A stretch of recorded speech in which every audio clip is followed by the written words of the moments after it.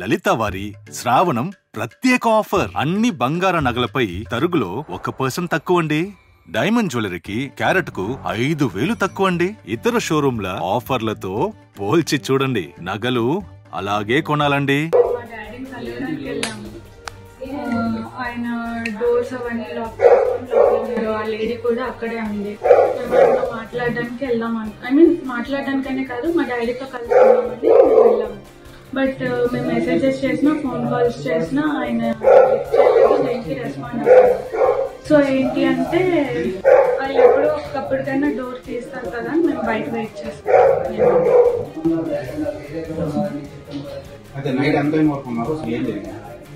Night actually నేను afternoon 3 నుంచి night 1:30, 2 వరకు ఉన్నాను.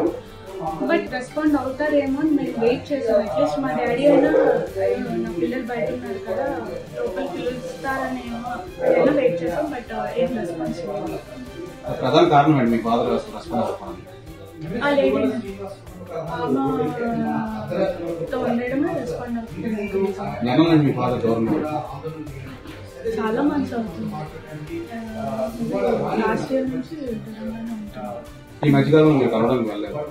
వెళ్ళాం. లాస్ట్ ఇయర్ వినాయక చవితి అప్పుడు మాట్లాడడానికి వెళ్ళాం. అప్పుడు మా డాడీ వాళ్ళ బ్రదర్ అండ్ వాళ్ళ మదర్ ఏం చేశారంటే మమ్మల్ని లోపలికి రానికుండా మేమేదో వాళ్ళకి అటాక్ ఇస్తున్నాం అన్నట్టు క్రియేట్ చేసి మా డాడీతో కలవనికుండా చేశారు. సో ఆ తర్వాత మళ్ళీ మేము ఫోన్లో మెసేజెస్లో కాంటాక్ట్లో ఉన్నాం కానీ ఆయన ఏం రెస్పాండ్ అవ్వలేదు.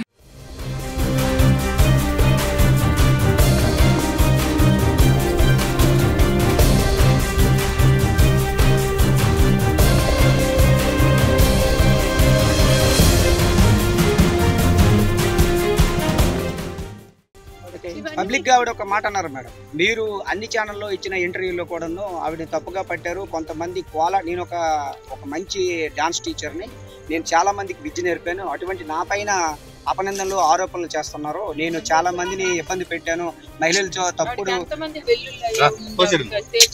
తనకు 3 పిల్లలు ఉన్నారు కదా, ఆ 3 పిల్లలు ఎవరెవరి పిల్లలు తన క్లారిటీ ఇవ్వమని చెప్పండి. డిఎన్ఏ టెస్ట్లు కూడా చేయమని చెప్పండి. మీరు సవాల్ విసురుతున్నారా? డిఎన్ఏ టెస్ట్లు తన పిల్లలు ఎవరితో పుట్టారు అనేది, దాని క్యారెక్టర్ ఎలాంటిది అనేది మేము బ్లేమ్ చేయడం కాదు, టెస్ట్లు చేయమని. టెస్ట్లు చేస్తే రిజల్ట్ వస్తుంది కదా. మేము ఏ వ్యక్తి పేర్లు చెప్పం బయటకి. మేము ఏ వ్యక్తి పేర్లు చెప్తే వాళ్ళ ఫ్యామిలీని తప్పు పట్టిన వాళ్ళు మోసం. ఈమె క్యారెక్టర్ కోసమే నేను ఎవరితో ఏ విషయాలు, ఎందుకంటే నా ఫ్యామిలీలో నా పిల్లల జీవితాల్లో మాకు ఇబ్బంది పెట్టింది కాబట్టి, లేకపోతే ఎంతో మంది ఎవరో వెళ్తుంటారు పోతుంటారు, మాకు రోడ్ల మీద వెళ్ళేది. ఆవిడ కూడా ఒక ఉన్నతమైన కుటుంబము, ఒక న్యాయ వ్యవస్థకి సంబంధించిన కుటుంబంతో నా యొక్క బంధం ఉందని కూడా అంటుంది కదా. మరి న్యాయ వ్యవస్థకి సంబంధించిన కుటుంబం నుంచి వస్తే ఇవే చేసేదండి. అంటే వేరే వాళ్ళ లైఫ్ లోకి వచ్చి వేరే వాళ్ళ లైఫ్ చెడగొట్టేసి. మేడం చివరిగా మీరు ఏం కోరుకుంటున్నారు? మా ఇళ్లలో ఇలాంటి ఇల్లీగల్ అఫైర్స్ అనేవి మేము ఊరుకోమండి. మేము పొలిటికల్ లీడర్స్ గా మాకు ఒక రిప్యుటేషన్, పద్ధతి, పాడు ఉందండి.